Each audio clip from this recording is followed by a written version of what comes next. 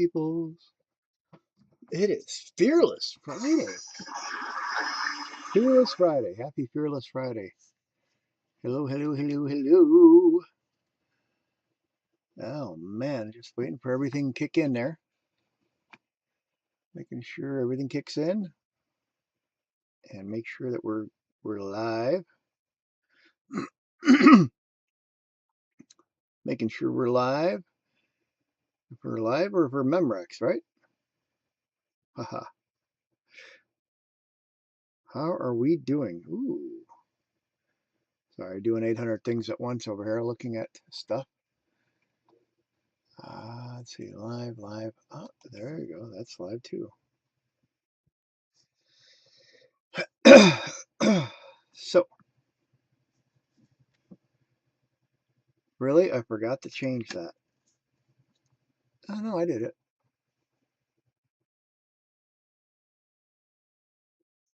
All right. I gotta fix that. That's something I forgot to fix. Boop. Oh, I gotta fix that. It's not gonna fit there like that, will it? Let's see. Let's see if I can fix that. Nobody follows a leader who flinches. Ooh. Look at that. There you go. That's much better now, isn't it? Looks prettier. It's gooder. It's gooder. Yes, we're going to use that word, gooder. So, Fearless Friday isn't about being loud. Although sometimes it can be a pain in the butt, you know. We're going to try and talk about it being locked in. You know, Fearless Friday isn't about being loud. It's about being locked in. Locked into your decisions, locked into your choices, locked into your commitments, locked into your discipline. You see, leadership isn't tested when you're calm. Leadership isn't tested when things are slow. Leadership isn't tested when there's no challenges around, when there's no storms going on, when everybody's around you panicking like a Chicken Little. It's tested when the room shakes. It's tested when the lightning and thundering is going on outside. It's tested when the power is going on and off. It's tested when bills are piling up and you don't really know what you're going to do and how you're going to overcome it. That's when leadership is tested. Because every leader hits a moment where the pressure spikes, where the stakes rise, and the eyes of his followers turn towards them. Whether it's your kids, your coworkers, your cat, your cats, your employees, your vendors, your clients, your neighbors, your friends. Because see, in that moment, people aren't looking for perfection. They're looking for who's going to stand up and lead them. Because here's the truth. No one follows a leader who's going to flinch. No one's going to follow a leader who when the storms come is going to try and take and be the first one in the boat. What you want, baby cakes? I need sugar. I don't have no sugar in here. No. Ask Patty. She knows how to do it. Patty's not getting up. Because see,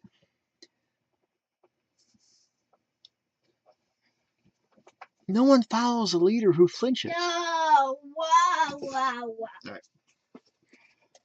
See, I'm one of those leaders that try and addicted, got all my kids addicted to putting a little bit of sugar in the SpaghettiOs. A little bit? I put a lot. I put like half a cup. Well, that's you. I put just a teaspoon.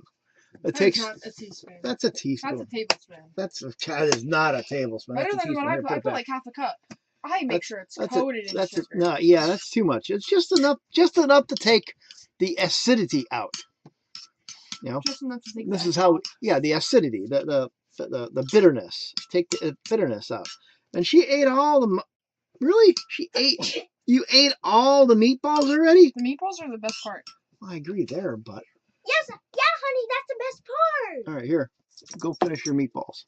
Literally, spaghettios without meatballs is buns. It's just tomato soup in rings, and I hate tomato soup. Yeah, no. Go No, bug I Patty. just spent the last 20 minutes with him crying. Outside your door? Yes. Yeah, I believe it. I could hear him All right. perfectly. All right. See, no one follows a leader who flinches. They follow the one who steps forward. Love you, bye. Love you too, babe. You gonna take this with? No, it's your turn. But I don't want him. I guess it's you and me, buddy. I get to deal with a cat that cries all night long. Wants to sleep on my chest. And I'm allergic to cats. Go figure, right? So, anyways, see, a flinch is a tiny micro hesitation. I mean, come on. How many of you grew up where you had an older brother or a younger sister or something like this that would try to walk up and, and or how many had a parent that would try and don't leave me, mom, don't let me,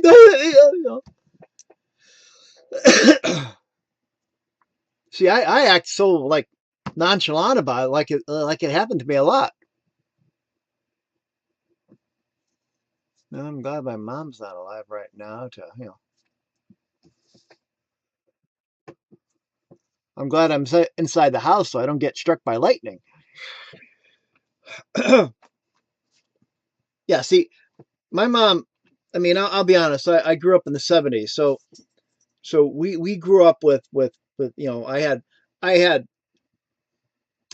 what I had was pretty much 100% what kids nowadays would call child abuse. I'll admit to that. I broke a coffee pot. Guess what was used on me? The coffee pot cord. And that thing there left a welt on me that was just... And you know what? You go to school, and schools nowadays, you go to school and like, oh my God, that's so terrible. Are you all right? Let's call DCS. Let's get you in the child trafficking system. I mean, the Child Protective Services.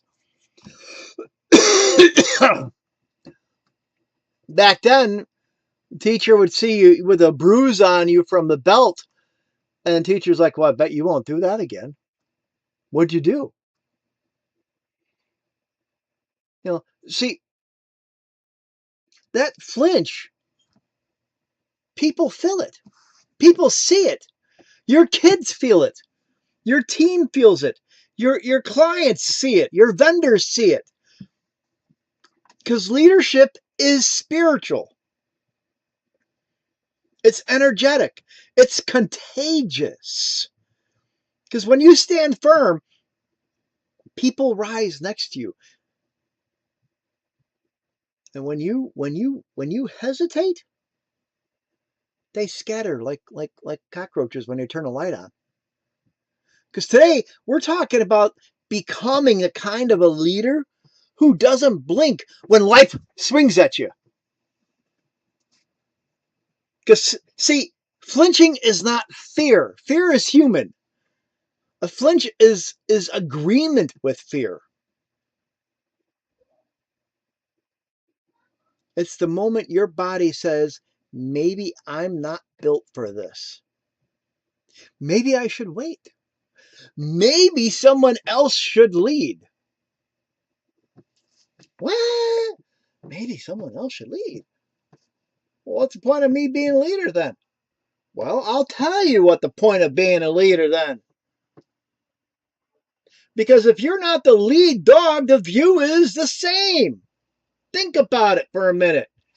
If you're in a dog sled and you're not the lead dog, what are you looking at? Use your imagination there. Because you know what? Leadership doesn't wait.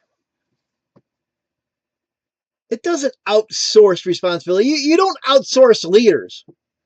All right, you don't say, you know what? Let me go to Field Nation. I need to get an IT manager to try to work for us and take care of our IT network department.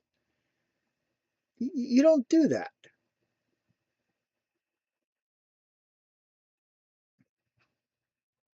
Leadership doesn't negotiate with pressure either. You don't try and say, you know what? I need a leader that's just going to try and take care of things and it's just going to try and not, not make sure things are running good. No, it doesn't work like that. Because see, when a leader flinches, they lose the authority that they have. Because everybody around them looks and sees, wait a minute here, if that's our if that's our fearless leader, why are we putting our trust in them? They lose clarity. They start questioning his judgments. And then they lose the room. They lose the job. They lose the clients. They lose the company. See, leaders don't need to be perfect. They need to be certain. Huh?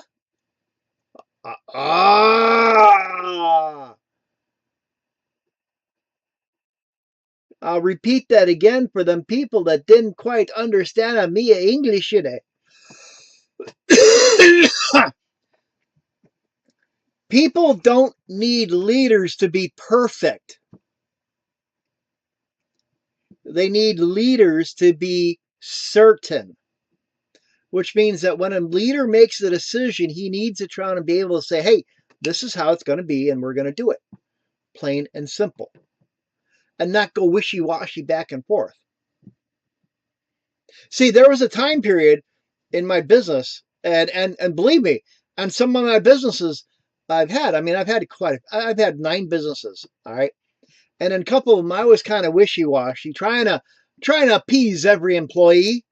And I found out that you can't make everybody happy. Period. You can't. There's no way. You can't make the clients happy. You can't make your employees happy. And you definitely can't make your coworkers happy. And you definitely can't make your partners happy. You can't make everybody happy at the same time, no matter how much pizza you buy them. You can't. It just doesn't happen. And the more you're wishy-washy with everybody's wishes, wanting to make them happy, it's not gonna happen. You lose credibility. You lose the clarity. You lose the idea behind the whole concept of running the business. Because then people think that they can walk all over you. Oh, it's okay. Oh, but it's a cool boss. He doesn't mind us being 20 minutes late. Oh, but it's a cool boss. He doesn't mind that we just do a half-assed job. Oh, but it's a cool boss because he doesn't mind that we take forever to try and pay him his client his money for his services that his company provides us.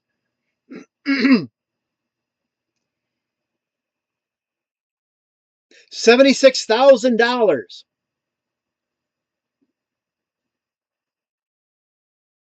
That's how much money I get to claim as a loss this year from clients that are,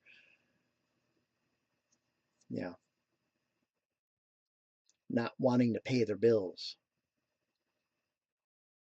Who here would like to have $76,000 that they can write off on their taxes? Let me ask on that one, huh? Fucking clients at times. I love them, but I hate them at the same time. $76,000. Whoever wants to go break some legs, I'll give you half. I'm joking. Come back here, camera. Hi, come on.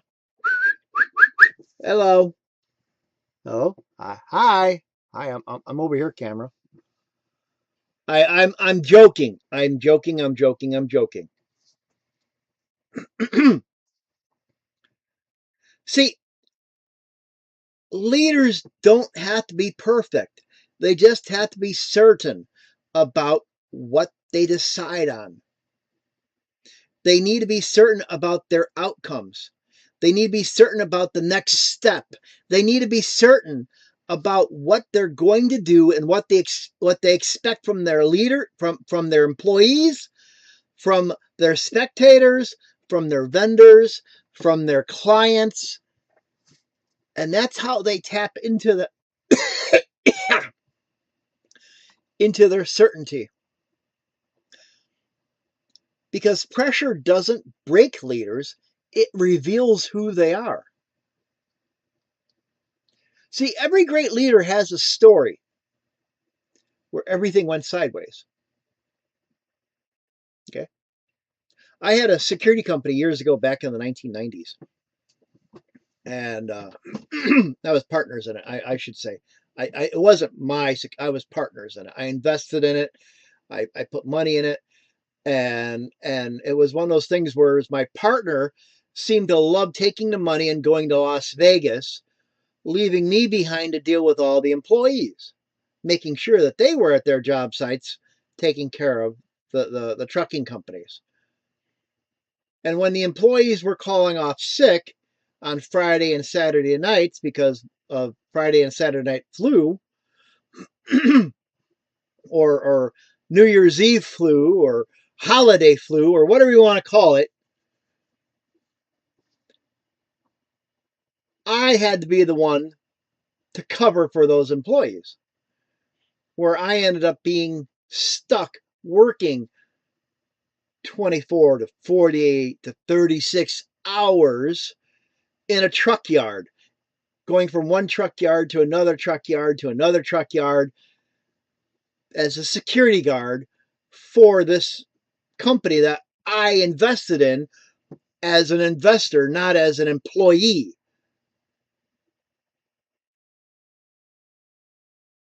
And you know what?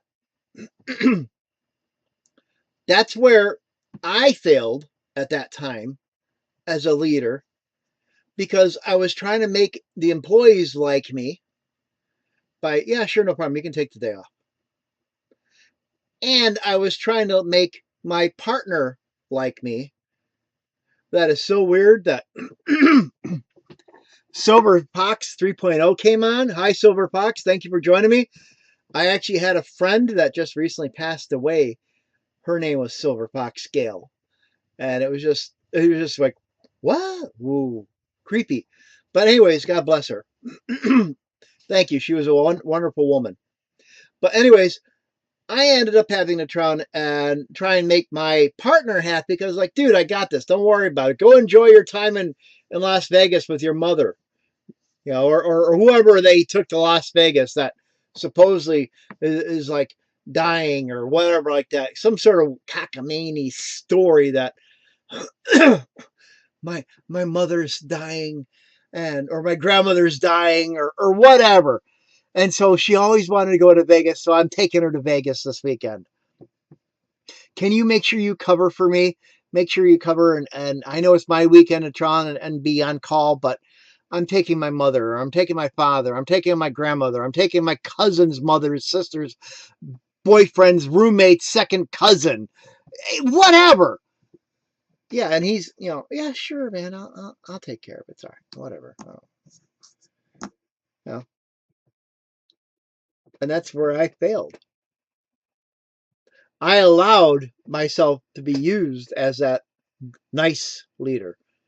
I didn't try and be the evil capitalist by being like that.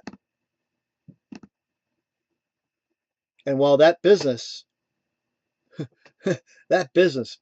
went to shit, I'll be honest. That security business went to shit. It got to a point, whereas I got to a point where I got burnt out on it. I got tired of him taking all the money and going off to Las Vegas and me doing all the work, and it just and the security guards thinking that they can just walk all over me with, I'm taking this week off, I'm taking that week off, I'm taking this weekend off, I'm taking that weekend off, and I wasn't spending any time with my family. And it just that moment became the turning point. I wanted out. I sold my partnership out of that business, and Well, actually, I couldn't sell my partnership out of the business. I ended up having to sell the business.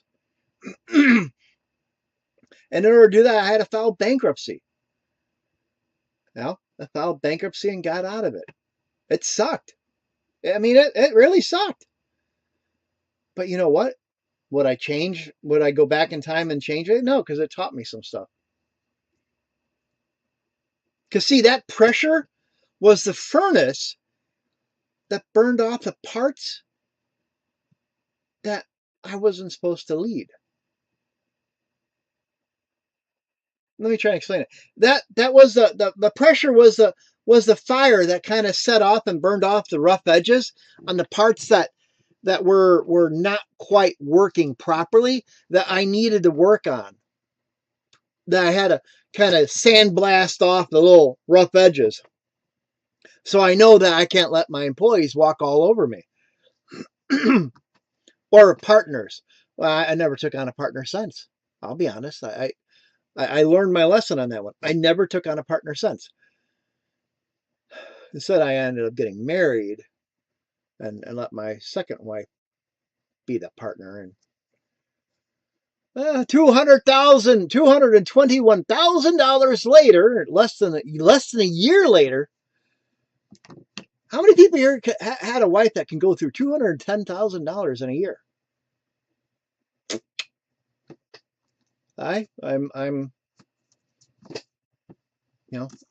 here with wife Anonymous, my second wife.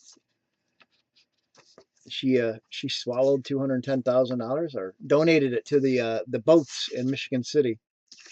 I paid for them boats. I paid for those fire keepers or whatever it's called in Michigan City or South Bend or wherever it's at, the fire keepers, whatever. Because my second wife loved going there. $210,000 in less than a year. Learned my lesson there too. Once again, partners. Nope. And that pressure is once again the part that sandblasted off those rough edges, teaching me where I needed to learn how to lead better. It taught me how to overcome some doubt, how to overcome some insecurity, taught me how to overcome the hesitation, taught me on how to overcome the flinch. Because when pressure hits you, you have two choices. Collapse! Oh, no! Or stand up. Let's go up. Thank you, camera. Or stand up and follow the energy. Stand up and take charge of what's going on. Don't have to be perfect. You just have to be committed. Because people don't follow instructions. They follow the energy. You see somebody excited and moving and stuff like this, and all of a sudden you want to try and join them. Here's something. Here's a great social experiment. All right, next time you're in an elevator, start laughing hysterical in a corner to yourself. Just start laughing. I guarantee you'll have one of two things happen. One, the people will try and think you're nuts. Well, I can guarantee they'll think you're nuts. Trust me, I know from experience. And two, if you keep doing it long enough, they're going to start laughing too. I guarantee it. And I'm not talking about this. Wow. I'm talking about a belly, butt gust, and farting laughing. Oh,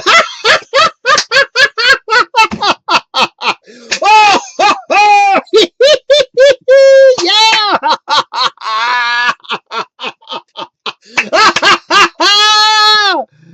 Do it for a good 30 seconds.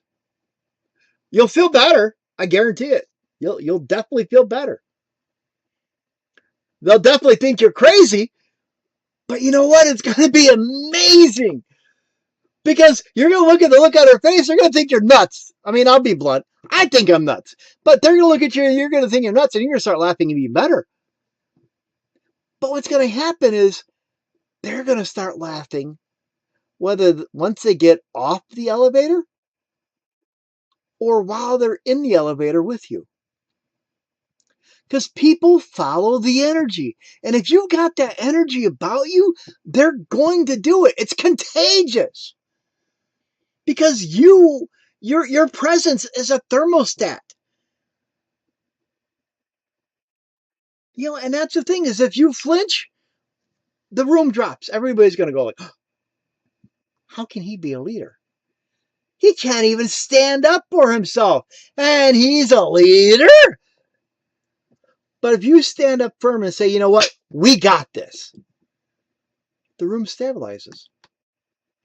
You step forward. The room follows you. Because see, leadership is not about being the smartest. It's about being the standfastest. The one that stands up in the storm. The one that turns on withstands the issue going on around you. The one that is able to own. You see what I did there, right? The one that's able to own the situation and win the whole entire moment. Because your team doesn't need you to know everything.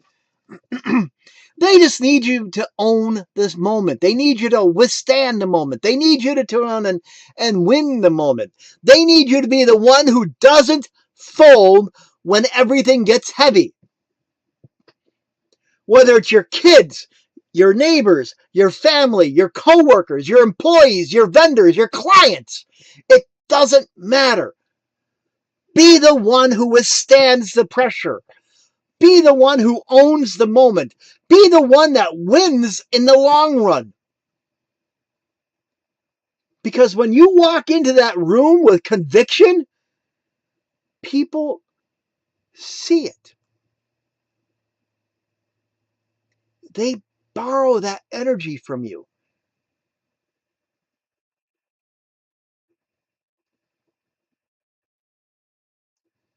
They feel that energy. Because if you walk into a room with doubt,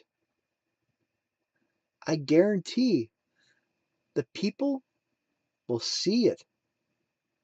And they will feel your fear. They'll smell it like a prey, like a predator out in the field. I can smell your fear.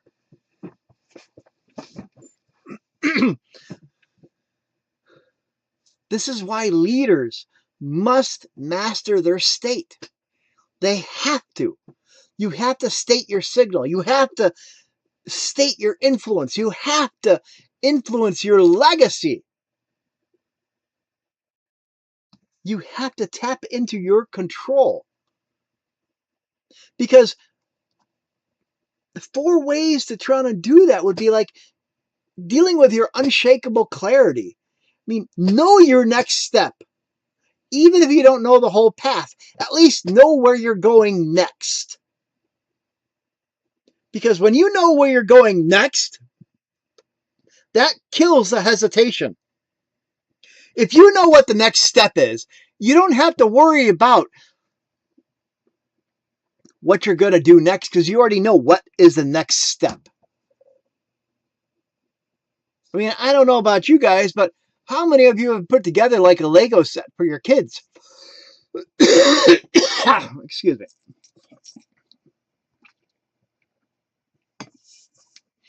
And you actually look at the book, you know, compared to Lego sets when I was growing up, man, they come out with some thick books. But you go to read the Lego set book and you go through the book and it's like multi-page books. And not only am I looking at the one page, but I'm looking at the next page and the next page. So I see where I'm going with the next couple pieces. So you know your next step, even if you don't know the whole path. I mean, I'm not looking at the end of the book. I'm just looking at the next page or two. That's it. Because clarity kills your hesitation. Control your breathing. Because your breath is your anchor. They can smell it. They can hear it. Slow breath, slow mind, steady leadership. Because when you act panicky, trust me, they can tell. They can tell. I mean, it's like, how many of you have seen a dog in a thunderstorm or a lightning storm, and they're like,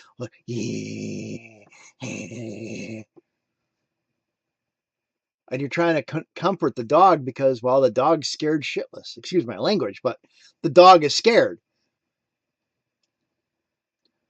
But yet, if it can control itself, if you can control yourself, if you can control your breath, if you can control your mind, you can control your leadership. You control your breathing under that pressure. You can take that anxiety and take it away. And it helps with you keeping your clarity for the next step.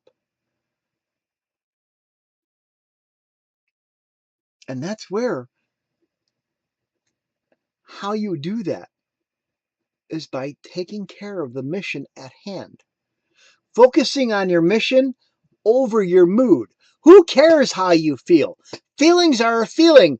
I mean, 1 minute you can feel great, next minute you can feel like crap. Feelings are a temporary thing, but your mission, the job at hand, that's more important. Your feelings don't get to vote on it, but your mission decides where you're going, what you're going to do, what your next step is. And if you can control your breathing for that next step, your mission is decided. Sorry, I've got a frog in my throat. And finally, courage.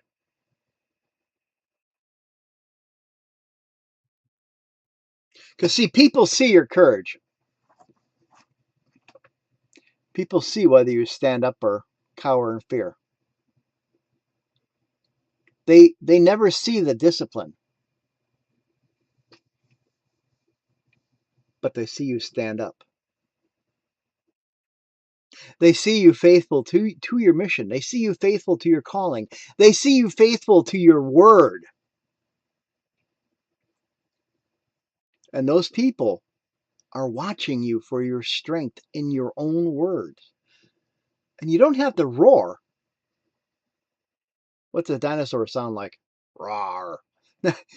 You don't have to flex either. And you don't have to pretend. You just don't flinch. That's it. The world follows the leaders who step forward when everyone else hesitates. When everybody else freezes. The leader who moves when the moment gets heavy. The leader who stands tall when the pressure spikes. That leader is you. It's always been you. You just have to be reminded.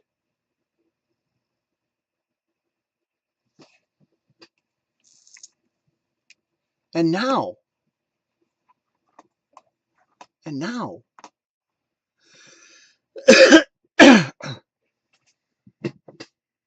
I can't stress how much it means that to be that leader, it's simple. Withstand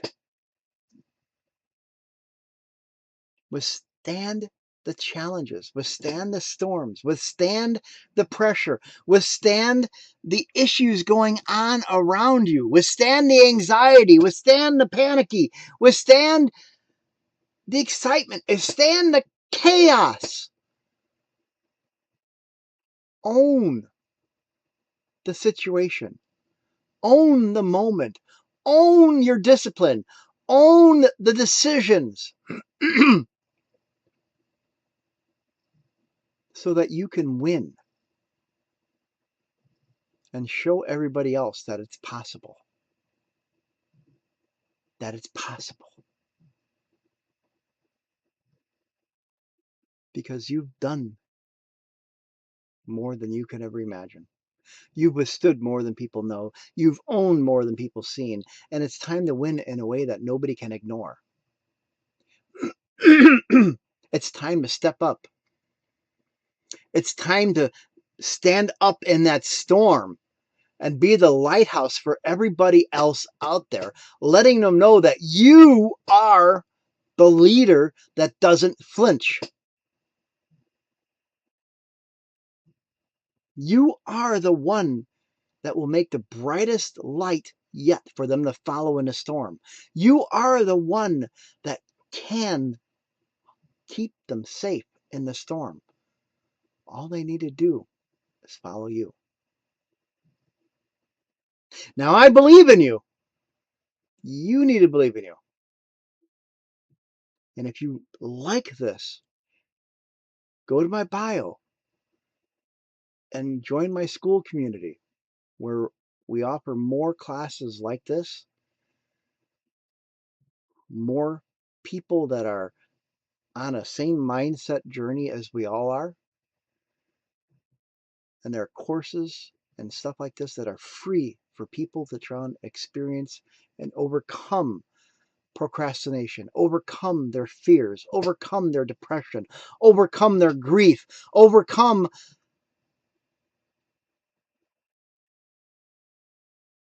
their challenges, and focus on their dreams. In fact, I've got a 7-day dream building kit that's free inside my school community. Go to my bio. You can see it there. I love you all. Thank you for joining me tonight. Have an excellent evening. I believe in you. You believe in you.